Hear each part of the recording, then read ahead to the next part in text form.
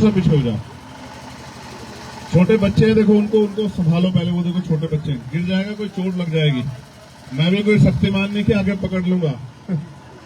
ठीक है, अपने आप संभालो। जो लोग ऊपर हैं उनकी जिम्मेदारी है कि खुद को संभालो। जो लोग इधर हैं, देखो बच्चे बेटा ऊपर उनको संभालो, ध्यान रखो कोई गिर ना जाए।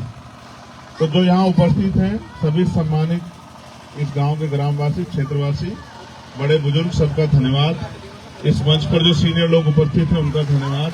हमारे जिलाध्यक्ष जी, आजाद समाज पार्टी के हरिओम जी, हमारे भीम आर्मी के जिला संयोजक प्रशांत जी, भाई ललित जी, दानिश भाई, मेरे साथ चल के आए नरेंद्र प्रधान जी,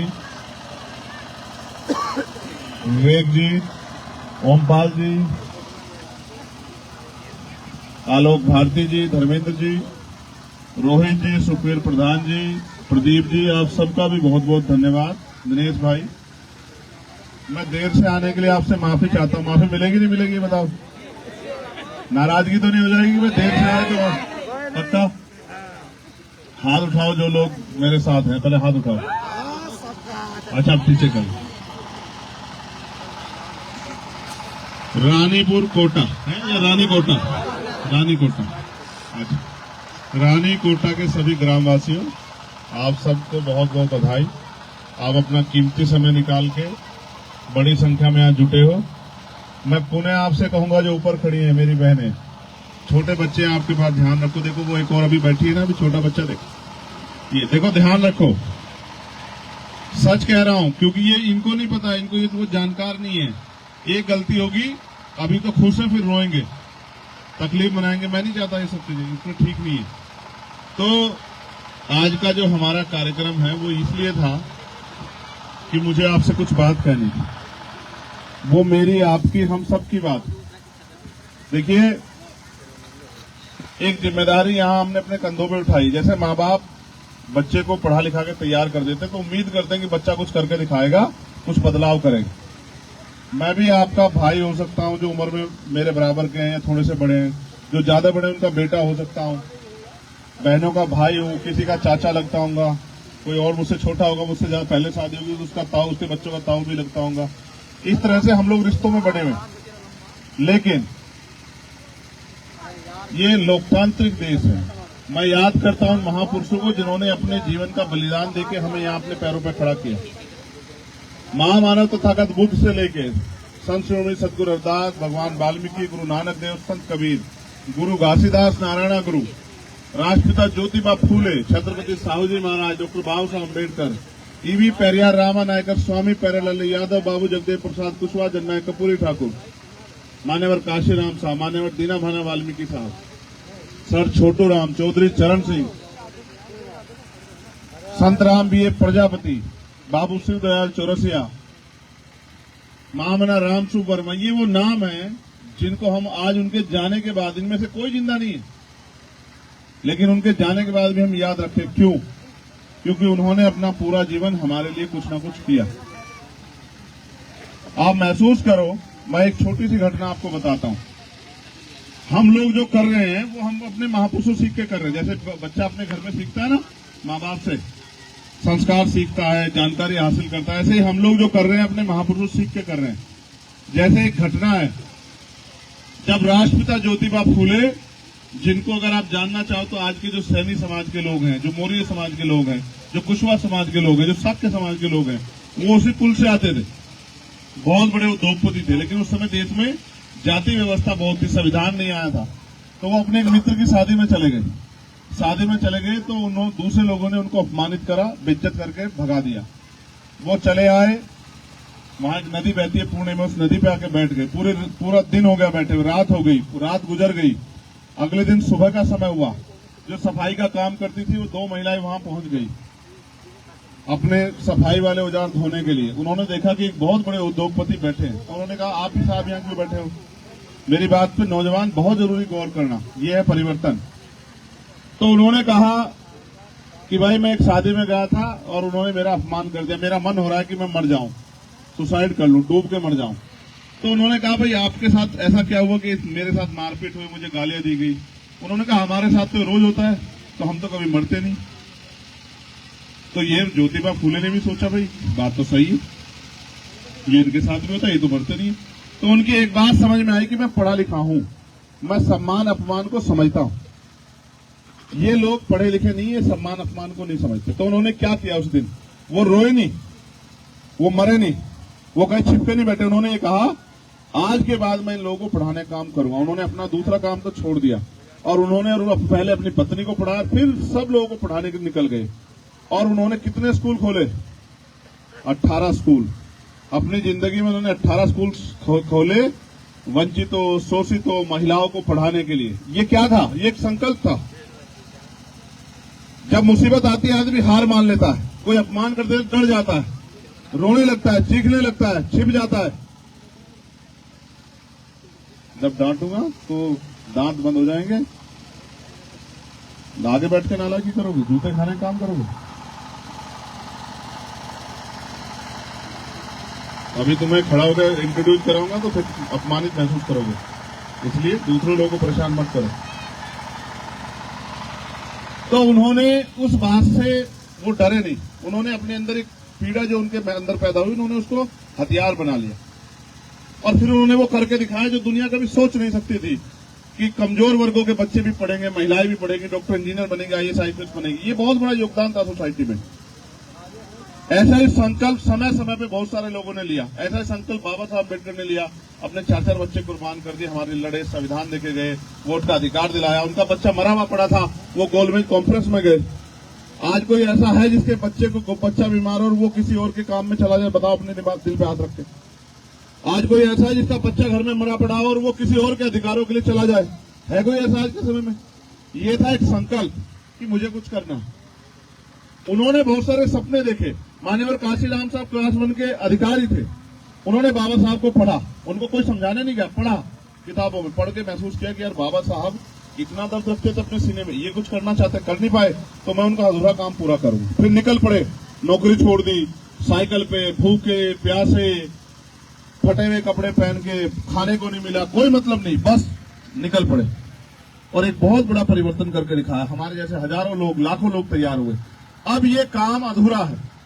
बाबा साहब का जो सपना था समता मूलक समाज बने, कैसा बस समाज जहाँ जाति के आधार पे ऊंच नीच ना हो, धर्म के आधार पे भेदभाव ना हो, सब लोग समान रूप से रहें, भाईचारा हो, सबको खाने पीने के लिए कोई परेशानी ना हो, सबके घरों पे सुख सुविधाएं हो, एक ऐसा समाज बने जो समाज तरक्की करे, वो पूरा नहीं हो, भाईचारे वाला समाज।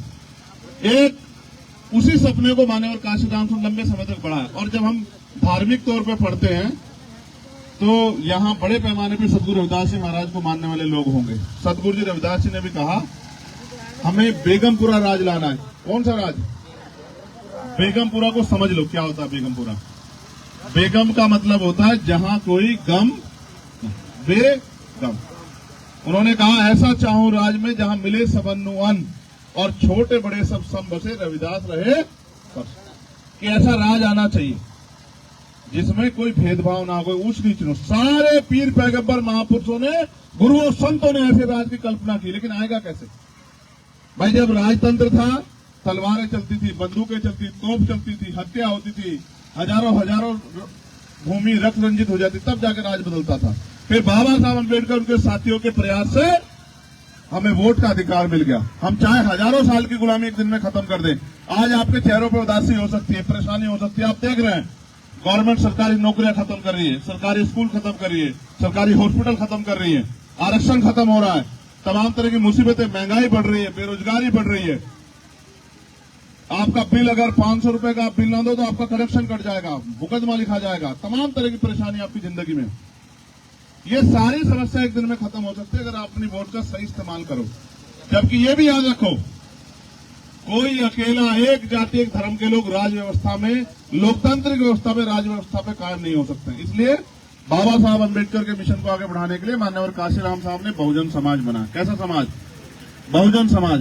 बहुजन का मतलब जो शोषित है, जो वंचित है, जो अपमानित है, जिसको पीड़ा है, वो सब भाई भाई, मजलूम, मजबूर, मजदूर, किसान, नौजवान, महिलाएं, सब परिवार, दलित, पिछड़े, आदिवासी, मुसलमान, जैन, सिख, बौद्ध, ईसाई, पारसी, ये सब एक परिवार।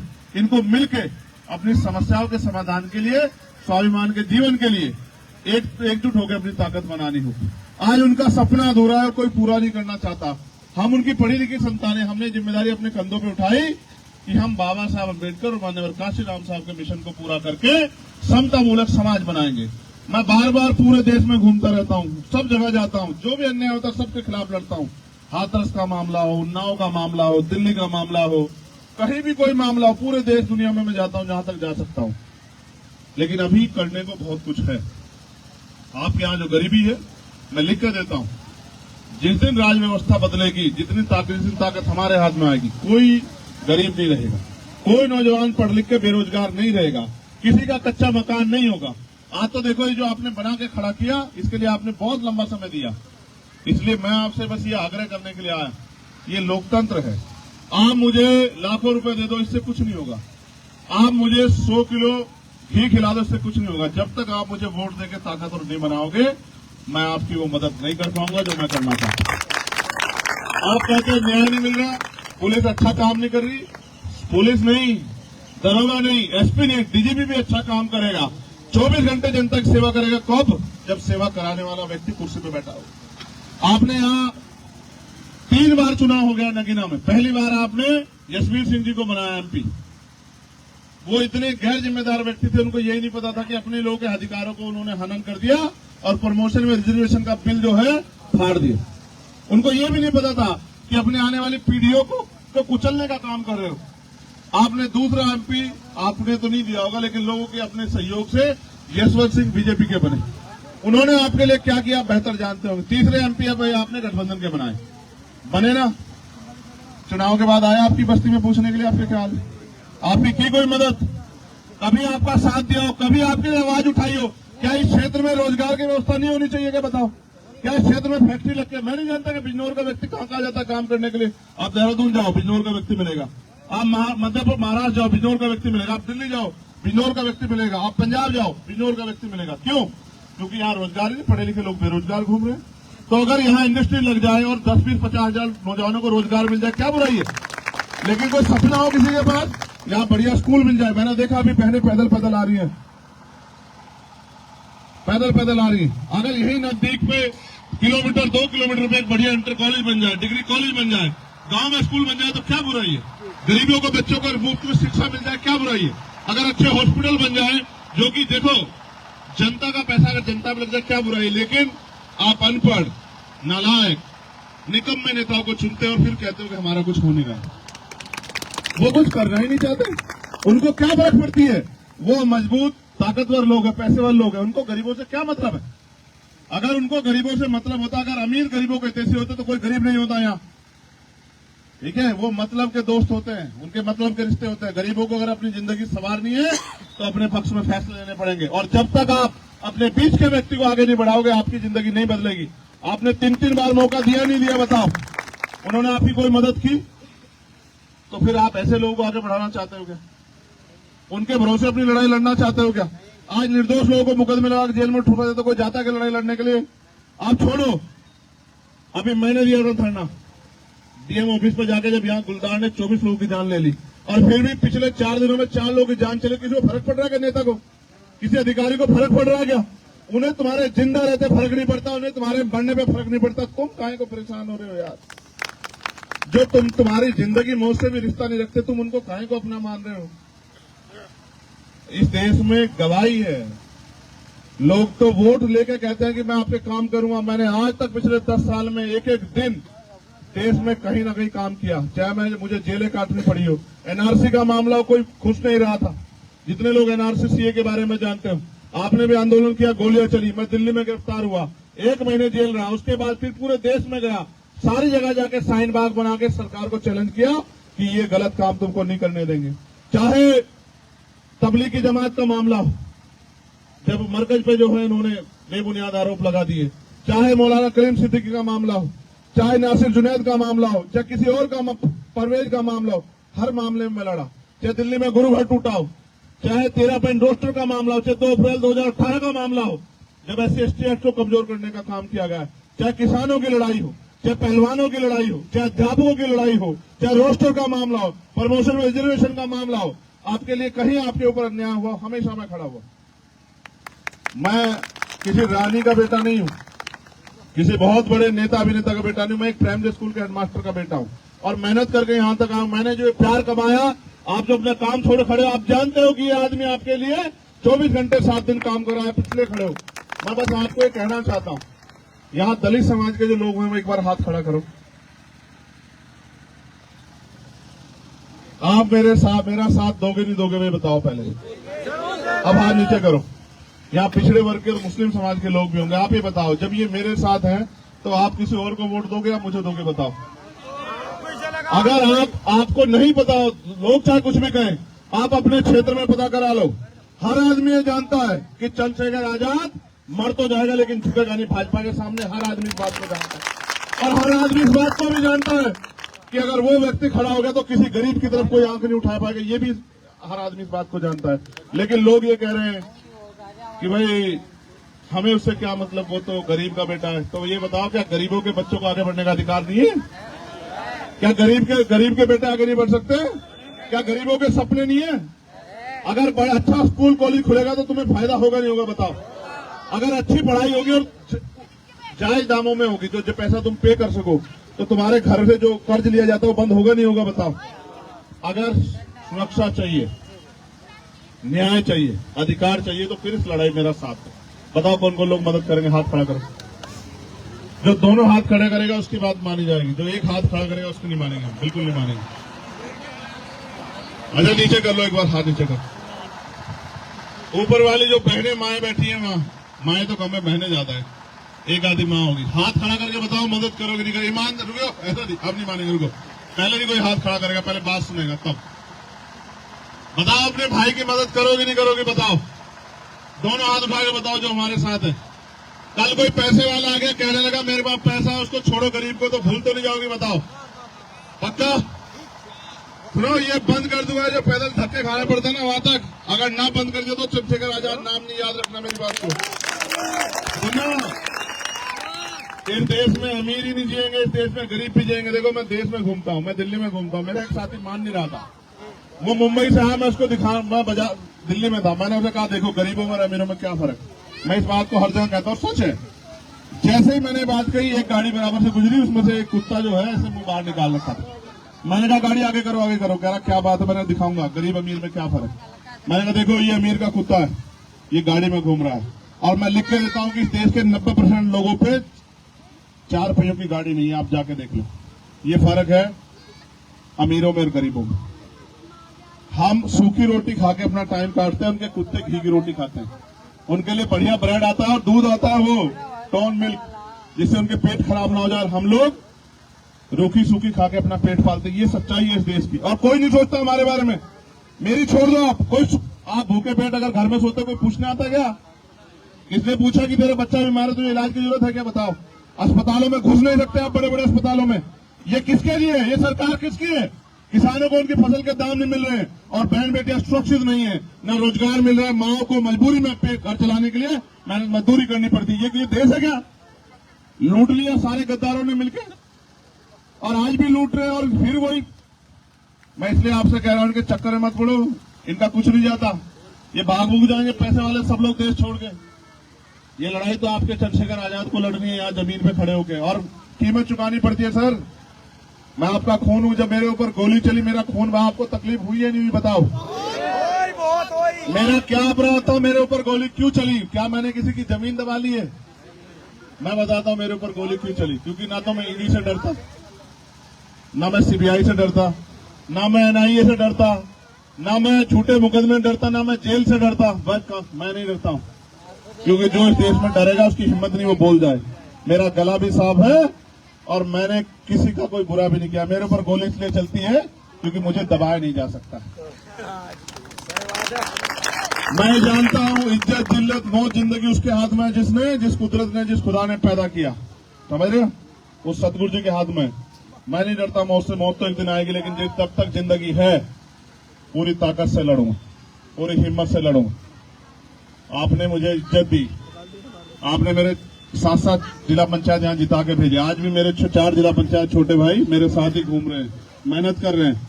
इनके जिला पंचायत अध्यक्ष उनको काम नहीं दे रहे हैं, वो मुझसे बार बार कहते हैं भैया काम ही नहीं दे रहे। मैं कह रहा हूँ कुछ दिन रुक जाओ, 4 महीने बाद आप इतने ताकतवर हो जाओगे, आप पे इतनी निधि होगी कि अपने क्षेत्रों में काम करवाना, घबराना मत। और जिस दिन कलम की ताकत हमारे हाथ में होगी, जिस दिन आपका आदमी खड़े होकर उसमें बोलेगा पार्लियामेंट में, उस दिन आप सुनना कि आपके क्षेत्रों के लिए वो क्या क्या मांग करता है। अभी तो आपने ऐसे लोगों को भेज दिया जिनके गले सिले हुए हैं। इसलिए आपसे अपील करूंगा, हमारा चुनाव निशान पता आपको क्या है? जोड़ लगा के बताओ तो पता लगेगा। चुप हो जाओ, आप बताओ हमारा चुनाव निशान क्या है? हाँ, ऐसे कैसे वोट आएगी, यही तो समस्या हो रही है। क्या है हमारा चुनाव निशान? आवाज नहीं आई, तेज बोलो। अगर हमारी बहनें कमजोर होगी तो निमट जाएगा सारा खेल आज ही।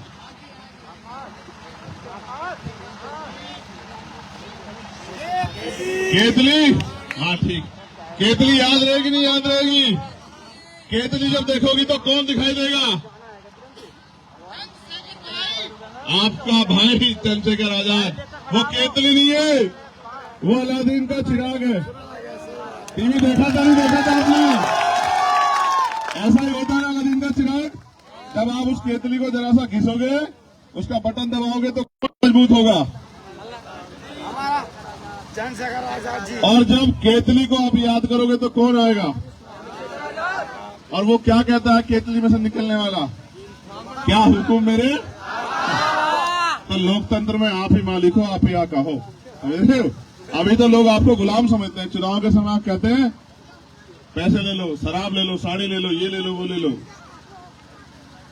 जो अपना वोट बेचते हैं, अपना वोट नहीं बेचते। वो क्या बेचते हैं आपको पता है? वो महापुरुषों के जीवन संघर्ष को बेचते हैं। काशीराम साहब कहते थे वोट की रक्षा बहन बेटी की रक्षा तरह करनी है। आपने अपने वोट बनवा लिए सब लोगों ने? कितने ऐसे नौजवान जो 18 साल पार हो गए वोट नहीं बने? बना नहीं? अबे तो फिर मैं तो हार जाऊंगा। ये सुनो, यहाँ कौन है? ए भैया विकास, ये इनके वोट बनवा दे भाई, 18 साल के हो गई। डीलर साहब ऐसा मत करो, वोट बनवा। ये तो भाजपा वाले बहुत वोट काट रहे हैं, इनके बनवा दो नए, जिनके जो वोट तैयार हो गए हैं। देखो, खूब साजिशें होंगी, खूब आरोप लगेंगे, खूब झूठी खिलाफत होगी। घबराना मत, बस मेरा एक वचन याद रख लो। मैं जब तक हूं, शाम हो रही है, दिन ढल रहा है, ये एक ऐसा समय है जो जिसकी बहुत मान्यता है। मैं बहुत जिम्मेदार रखा, जब तक मैं जीवित हूं, मैंने भले जन्म वहां लिया हो, लेकिन ये मेरी कर्म भूमि है। जब तक जीवित हूं, खून का कतरा कतरा भी आपके सम्मान के लिए लगा दूंगा, कभी पीछे मुड़ के नहीं देखूंगा। और मैं आपका 60 साल का नेता नहीं कि एक चुनाव के बाद गायब हो जाऊंगा। 60 साल वाला तो नहीं ना। मुझे इस देश में बहुत सारी कुर्सियों की तरफ मेरी नजर है, जहां से मैं आपके लिए कुछ कर सकूं, ठीक है? इसलिए मेरी आपसे अपील है कि आप आजाद समाज पार्टी के साथ खड़े हो और हमें लड़ाई लड़ने हौसला दो। आप ही बताओ, अगर आप लड़ने वाले की मदद नहीं करोगे तो कौन लड़ेगा? अच्छा बताओ, आप बताओ। एक आदमी है आपके लिए बोलने वाला, सच बताओ अपनी ईमानदारी से। कोई नहीं है।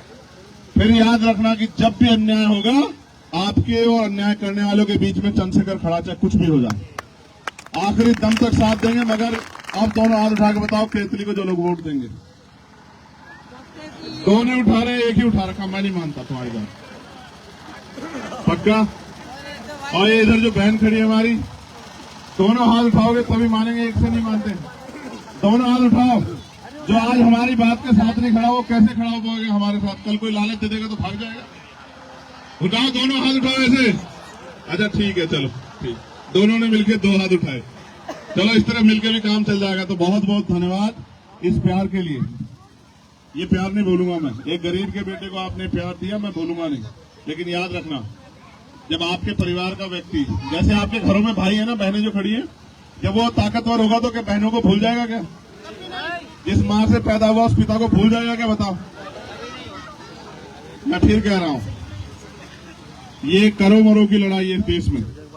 एक तरफ भाजपा है जो संविधान को खत्म करना चाहती है, लोकतंत्र को खत्म करना चाहती है, और दूसरी तरफ आपकी लड़ाई लड़ने के लिए चंद्रशेखर आजाद खड़ा।